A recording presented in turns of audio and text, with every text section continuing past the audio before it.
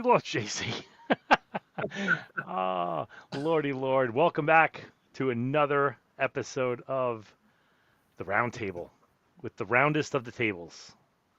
Superbly round. I am here with Bob Kosh, Ben Herskowitz. Hopefully, Jay-Z will be back. Mike is trying to figure out how to work the internet web again. And we have some actually a good topic, but we have some exciting news. Baltimore is the end of the year for us, right? So this is where we clear out the books. We all the advertising money is divided up, and we send it out with the scholarship winners. It is where we Baltimore Hazmat Conference, the IFC, is nice enough to give us a couple of two scholarship winners, and this year we figured we're gonna expand it. So the five of us ganged up, and we said, let's reach out to every conference, and we reached out to I think 16 conferences. 8 of them, as of right now, have gotten back to us. They've each one has given us 2 conference tickets, free admission to whoever it is. So what we're going to do is we're going to sell those cards up in the top corner, $100 to whoever wants to advertise anything. Just go to thehazmatguys.com, and I'll put the link in here. You can buy one and put "I hate Jimmy." You could advertise your show. It's $100 for a 5-second card on the show. So I'm going to put that link in here, pass it around. The more people that sponsor the show, the more scholarship money we can throw out there. So it is a good cause for good people. So it's good stuff. 100% in versus out. So we're not making any money on it. It's everything goes in, everything goes out. Does that make sense? It does. And how do they win? Oh, yeah. So at least once a month beforehand, we're going to put up a very public, because there was some allegations of impropriety. We're going to put up a very public spreadsheet. We're not going to put names up until the winner is announced, because I don't want people to know who's in for what thing. And we will Google that number. We'll just randomly generate a number, and that person wins on the air. We will contact them via email and send them a physical check and hook them up with the conference, and they are on. So that's it. And I just posted the link, should pop up soon, on the form you have to fill out. Yep. Fill out a form for whatever conference you want to go to. What do we have as of right now? We have Cold Zone, Virginia, Southernmost Hazmat Conference. What are the other ones? Oh, I don't remember what they are. I apologize. Hold on. Now I got to look at it.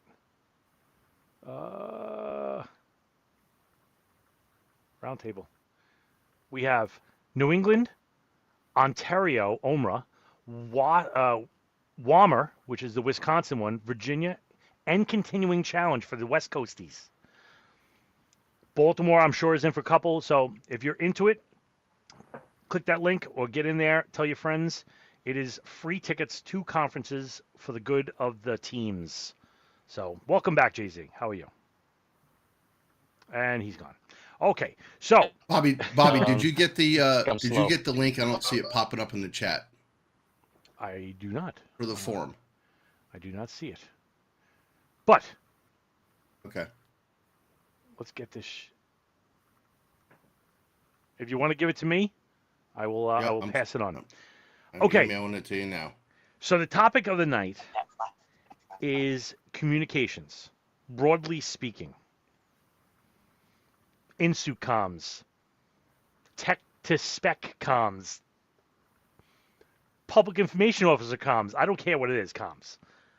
Hazmat comms. What are your thoughts, Ben? I think one of our big things, actually, so Mike Callinism, I think it's one of his 7 rules, is that information is important, but information management is critical. And so one of the things we've learned is it doesn't matter how good your information is if you don't have a plan on how to share it, like who to share it with, what to share. We've had a few whoopsies where we inadvertently shared stuff that we didn't realize we shared. We viewed it as inconsequential. We put out a plume model to show people where we were going to shelter in place and where we were going to evacuate. And to be fast, we said that for a size comparison, it was in a truck, even though it was a fixed facility. Well, the media saw the word truck and they ran with it. And then, of course, it took on a life of its own. And so every aspect of communications for us is figuring out what information is needed by whom, when they need it, and how they need it. And that's been a huge component to figuring out a communications plan. That's not just like your ICS form that you fill out just so you can say you have one, but an actual plan of what information gets shared to whom and at what time. Jay-Z, what do you think about comms just in general? We were saying, is it in suit? Is it public information? I guess we can go down many roads on this one. Okay. Is that how you doing? Not really, Jay-Z. All right. Sorry. That's all right. So, as from my point of view, I think the hardest part of communications is like the translation. I think for technicians and specialists to translate it to the chief, because there's like almost like a power paradigm where they are the guys that's supposed to know the most, right? Last Saturday they were just Joe in the firehouse, and they had a great Sunday, and now they're the guy in charge, and having a guy that maybe is more technically proficient in the craft that's happening right now, being told things that maybe above their head, like they don't understand the concepts, and then having to break it down to them so that it's, I don't want to say the fifth grade level, but so it's simply and easily digestible, is, I don't know, outwardly demeaning, and it is a very delicate thing to do. Is to communicate with a chief. Yeah, and here's the. Let me go back just a step as far as the Chiefs. This is going to do a little bit with kind of jumping ahead a little bit, but something popped in my head, which is weird. It's the Chiefs jumping in on the call on the guys that are downrange. Right. So we're talking about with the Chiefs. How do you talk about communication with them? How do you do that? Do you have somebody sit in the car? Do you have an aide? Do you have like how do you do that? You're probably gonna be very close to the chief. Like you're gonna have to hang out with the chief. Like one guy is gonna be assigned to sit with the chief and kind of walk him through. Like now they're gonna do this, and that's what it means. But at the same time, his liaison to the hazmat branch is the assistant safety officer, the ASO. And so that guy is supposed to be the chief liaison, but a lot of times the ASO is doing things. And he's not converting. So a lot of times it's a tech ref guy. Huh. Okay. That's what I see out there. We wind up typically having to send a liaison, but they don't get to really hear the in-suit stuff. And it's not because we don't let them. It just comes down to we invite them into our communications area, if you will, and we find that a lot of chief officers are very comfortable in their vehicles, and it will take quite a bit of effort to move them from their command post to anywhere. And so, not that we want to withhold anything, but sometimes having a chief able to talk directly to a technician is less than ideal. And so sometimes you can solve a problem that does, okay, well, if you're not looking to leave, then we'll just have to relay to you what's going on, and then we just provide them a person. Yeah. But we find that oftentimes the limiting factor is them. although we have had chiefs who think it's the coolest thing to come in and watch the live cameras that are downrange and ask what's going on, and that's the beauty of a mute button. We just kind of mute the mic so they can talk all they want, and when it's time for us to say something important, because also no one wants to be downrange and listen to somebody micromanage them, or even if they're not micromanaging, just talk constantly in their ear while they're trying to think. Um, so that's kind of how we've managed that from a technological standpoint, but also a human standpoint. Jay-Z, your thoughts on comms in general? Yeah. So in our system, our chief or a captain that's senior is going to run the hazardous materials portion of that incident. So there's no gap in like what we're doing. So it's pretty smooth with us. Mainly, obviously there's personalities that I would probably rather not work with. We had a lock on the door in a hazmat truck.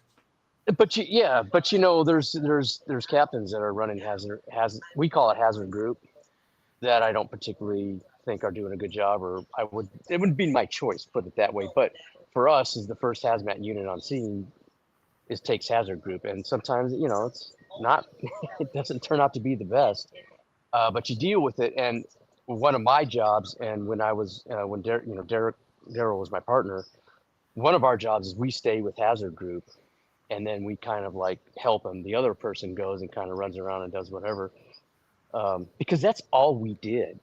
That's we were just hazmat and special operations, but for the most part, our chiefs played okay. One of the I will say that one of the problems that we had, and it doesn't happen with everybody, is going into different cities, because we do that on a regular basis. And the chief's running a call there, and one of our guys goes in, and they kind of want to nudge him out and go, hey, we'll take this. And it's like, no, I got it. And it's never a struggle, but it shouldn't be like that. All the guys in the outside cities are just capable of running calls as well. And I think it's getting better now. But, I don't think we have a problem with it. It seems to go pretty smooth. I think one of the biggest things I get people talking about is video comms. That's what I get a lot of questions Video on. comms, like entry team going down range and transmitting Yes. that back to. Yes, and they've tried FaceTime for years, and it just doesn't work. We had an old school video camera. One time we had a call where the guys would go, hey, we're doing FaceTime. It's like, all right. They got to the door of the cold storage place and done. Luckily, I had told them, here, I put a little strap on our little old time video camera, and I hooked that thing up, put it on them, and said, hey, if something goes down, we'll put this into play. And that was our go-to. So, and I think that's important because, again, our guys entered this cold storage area. They were supposed to manipulate some valves, and we actually had to, because the guy's like, I'm not going to be able to tell you unless you show me a video of it. And we were successful with it, but Right. the FaceTime thing just didn't work. So I don't know where we're at nowadays. I'm a little bit out of that. So that's one of the things I get a lot of questions on. But That's not sure what's going on nowadays with that. But that's some of the pre-planning of communications. So not for every facility, but I have a list of some of the facilities and their Wi-Fi network. So when you go and do a pre-planned tour, trust me, they want to have internet in their building and have that discussion in advance and say, if we had an emergency, would we be able to get on your network? What does it take to do that? In some cases, they're like, oh, here's the password. In other cases, they're like, well, IT and this, and they make whatever.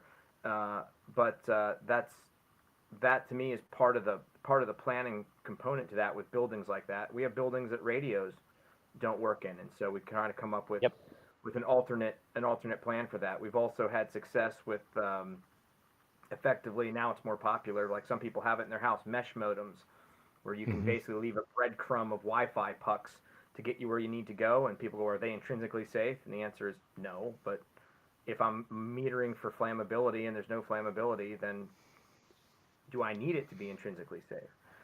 And that's certainly a whole nother argument for another time. But that's part of that total comms plan. We typically, at least when I talk to fire guys and say we need a communications plan, they're like, well, command's going to talk to county on this radio channel, and I'm going to talk to ops on this radio channel.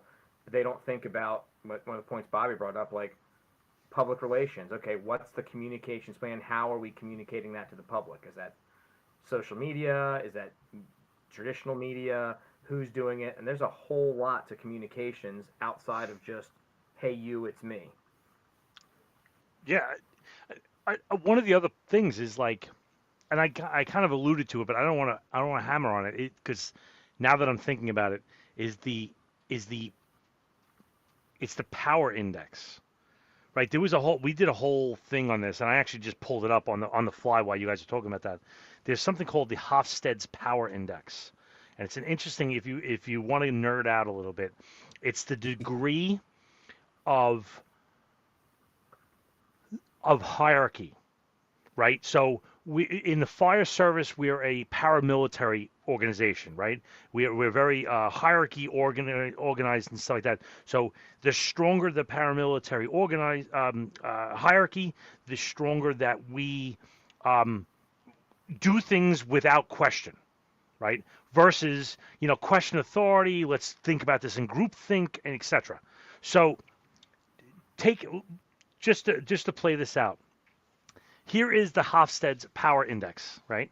Low power index is questions authority, very decentralized power, like very open to questioning things. 100% is the authority rules do not question thing. So in the United States, well, let's just say in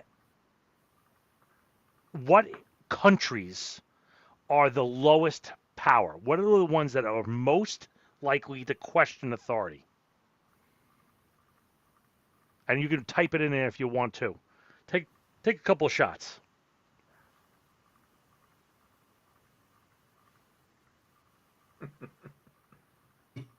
Anybody? I'm guessing North Korea is not going to be on that low end. Just a theory.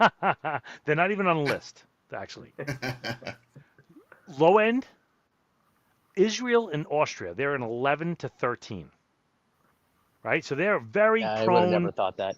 to questioning, right? On the other end, you have Guatemala, 95. They're extremely authoritarian. They say and they do. That's it. Okay? Where is the United States? Where do you think we are? Give me a number. I'm going to say 25. I'll say 40. Ooh. Right on the button, 40. That was a Right. guess. I did not see this beforehand. So Yeah, we're just right, saying Ben, yeah. we're just saying that in general, like that's how we're a little bit more on the opening up thing. So now you go to the fire service, right? Where are we in the United States as a fire service? We are 87. We're very pro hierarchy. We're very pro authority. But now here's the linchpin. Where are we in hazmat? That's a good question. I'm gonna go. I'll say 15.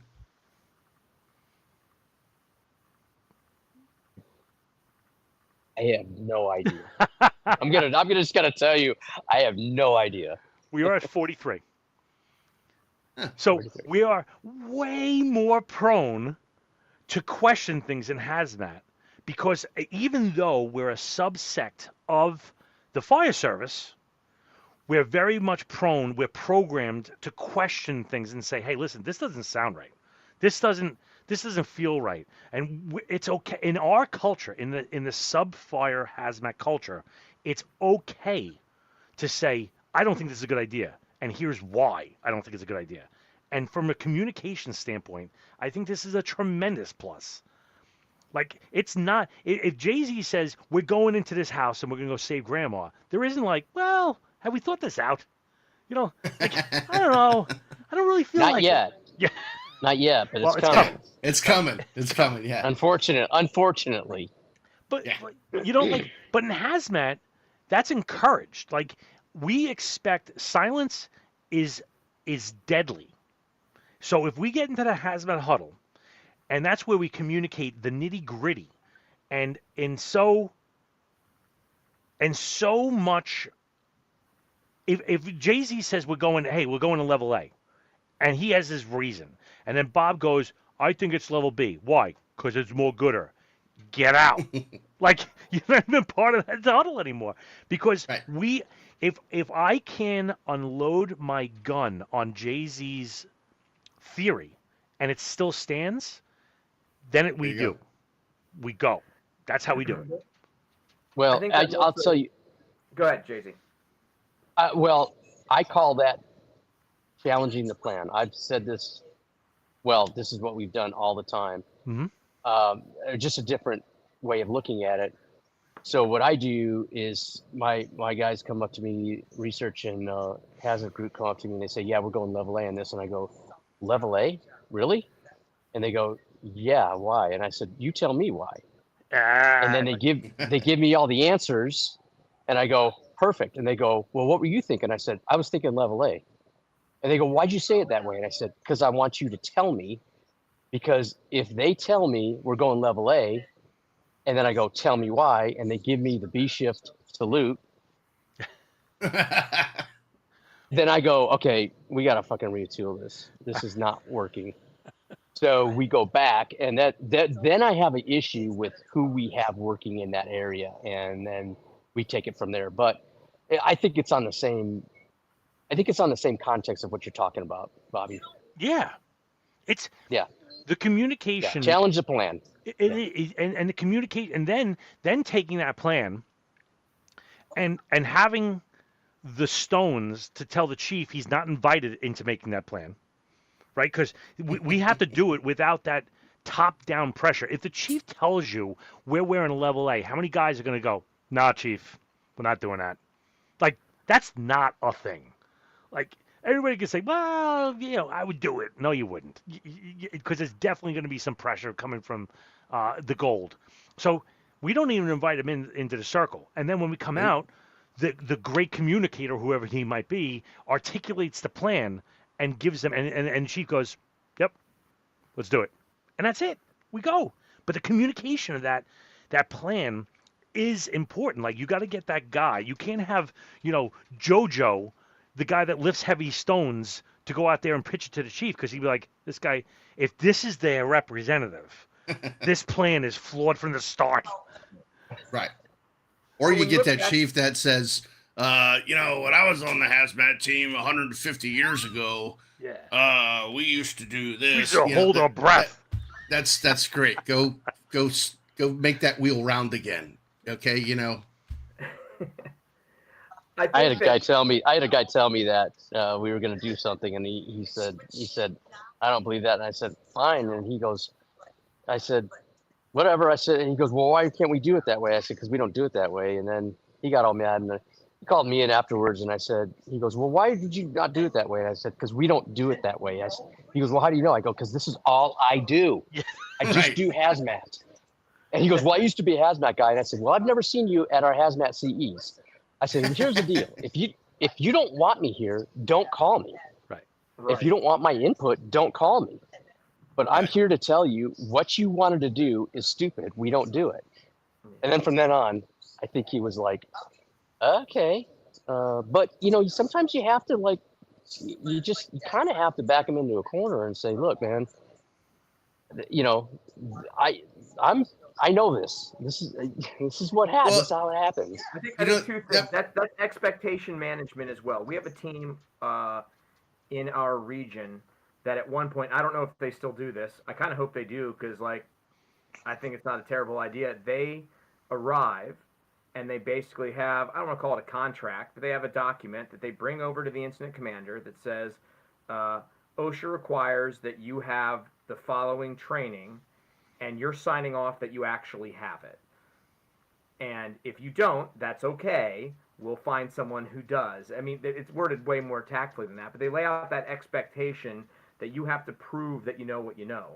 And the other point I was going to bring up is I think that the difference between the fire service and hazmat also comes down to the amount of discretionary time. A lot of people are familiar with, the high risk or high frequency, high risk chart, right? Higher versus low.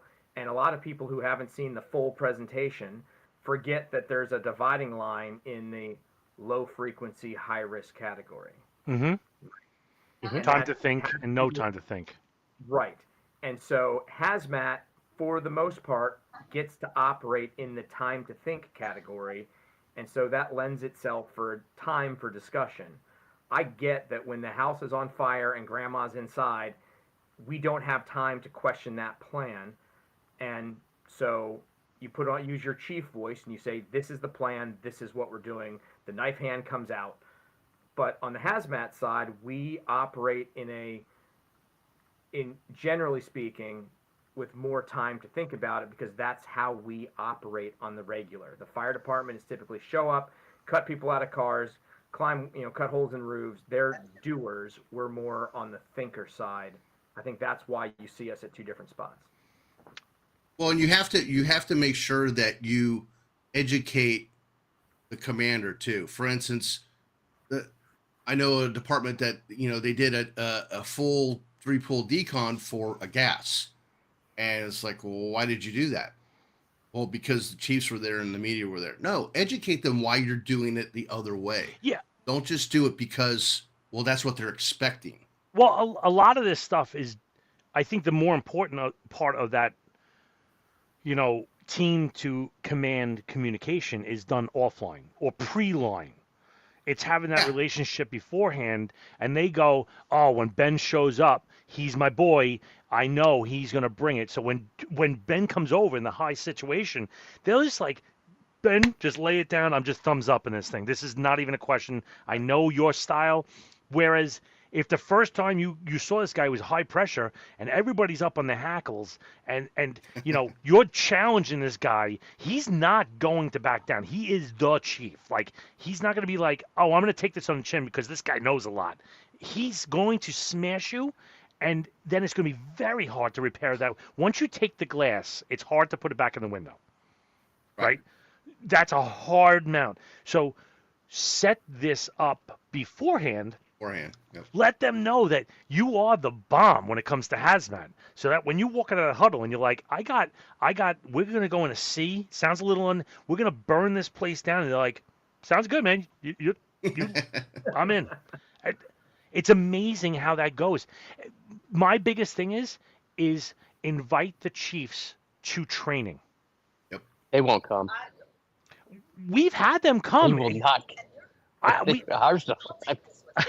Some of them come, but the ones that we want to come don't come, and the ones that are okay come. So there you go. That's a good point. Typically, we don't have a lot, or when I was there, we didn't have a lot of pushback. We had a couple individuals, like I said, the one guy who was on that team 50 years ago, and then somebody else that was wanting us to do something, and everybody just kind of like, you're not even a hazmat person, and unfortunately that guy was supposed to be the safety officer, so he kind of was told to walk away from command, because he, like Bobby said, he realized who was on the scene.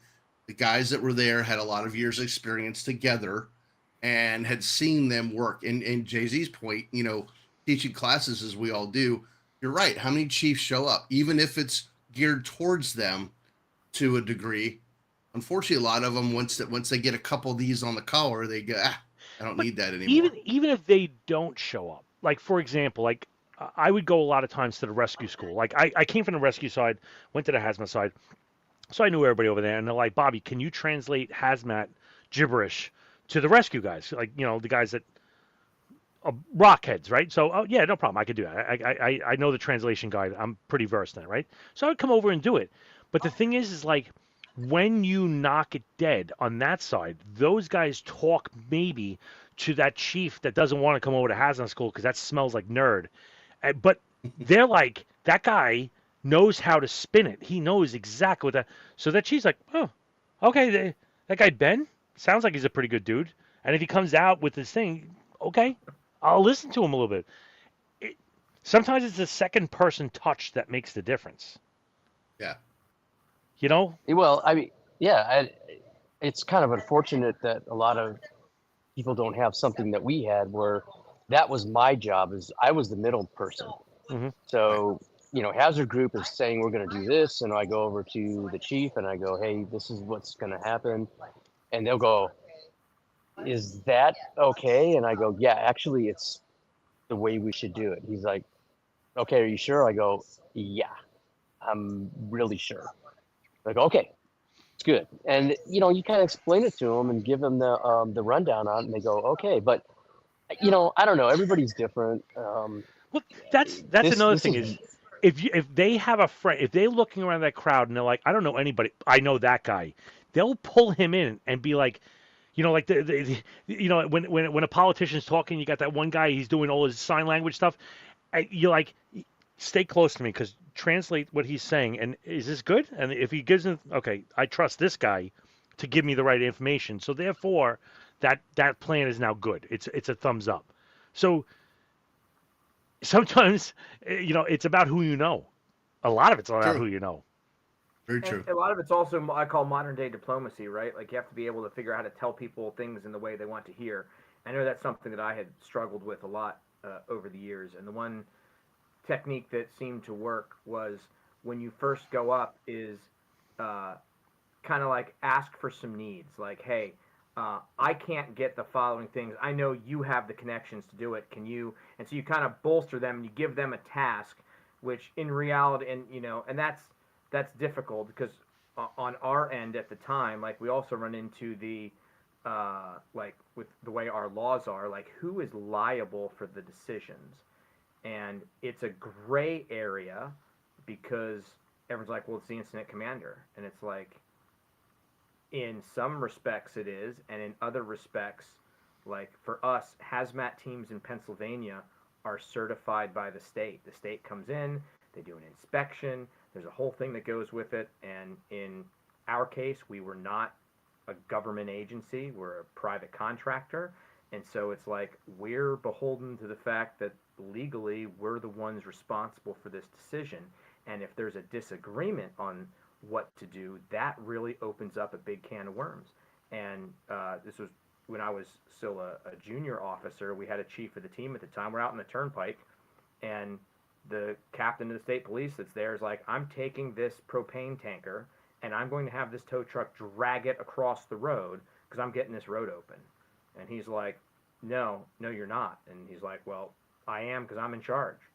And his thing was, I mean, like that's a nearly unwinnable situation. Like, so he's like, well, we're going to pack up and go home. And he's like, well, pack up and go home then. And he's like, okay, just so you're aware what the expectations are.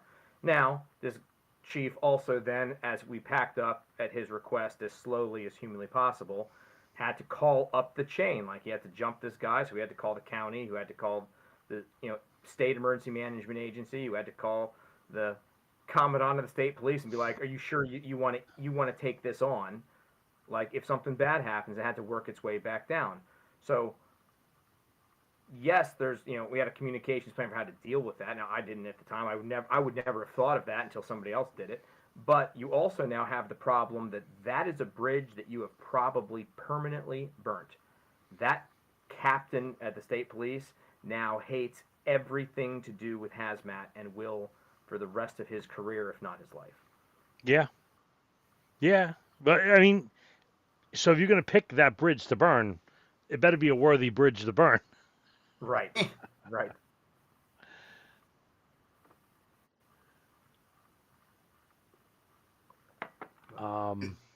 Good. And no, I was just gonna say that and besides all that, like getting back to what Jeff was saying with the FaceTime and everything, technology's come so far, and I think this will probably be a part 2 that we'll end up doing. I'm guessing, where we start talking in how are teams doing communications. We kind of hitting the command between the hazmat side and whatever. Yeah. But then I think the other side is, okay, when you get on scene, are we still doing hand signals like we were taught in tech school? or do we have multiple radios? Are we doing push to talk? Are we, bone mics? All this other stuff that we could talk on part 2. But I think there's so many things with the technology, and it's moving so fast. That might be a whole nother show. Yeah, guys, if anybody out there has points they want to bring up, or if they want to maybe come on, I would love to hear your input. We would love to hear your input. Please send me an email at bob@thehazmatguys.com. If you know anybody that is interested in sponsoring the show or doing the scholarship, Bob, you were going to send me the link to put up there? Yeah, I sent it your email, and I sent it in the messenger on the in our little chat. I don't see it in the chat, but I am going to look at my email. There it is. Got it. I have this. So everybody out there, put this in your, this is where you submit for your, I'm going to put that up there. Take a picture, snapshot it. That is the form to submit for scholarships. You can start submitting now. As conferences start coming up, and I believe one of them is probably going to be next month, we're going to start releasing some funds and some scholarships on it. So they're coming in hot and heavy. If you know anybody that wants to advertise, please send them our way. Buy tons of cards. The more scholarships, the more money we can send. And I really don't care if you spend it on travel or cocaine and hookers. So just being full, I don't care. No receipts needed. I don't really care. And we don't want to know about it. Yeah, and what kind of a hooker gives you a receipt? I mean, do. Seriously, are you going to return the service? Come on, please. Yeah, I want to know about it. Submit needed.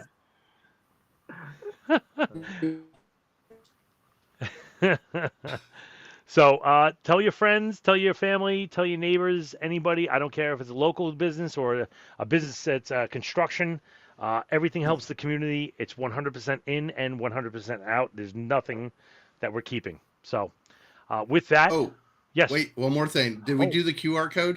Yes. Yep. Everybody here, you hit that QR code, put in WDTL, and get a certificate for attending. Whisper down the lane, a good communications pun. I love it. Good stuff. Yeah, so hit that, get your certificate. It's on the guys. Ben, thank you for setting that up once again. No problem. Hopefully, Mike will be back. He's been off for a quarter of the year. He'll be back next quarter. He's sowing the fields. He's making sure it happens. So we'll make sure. So, yeah. Awesome. Good stuff. And in typical monthly fashion, we say it all the time. See you next Tuesday, but we're not going to be here next Tuesday. We'll be here next month. See ya. Over and out. Goodbye.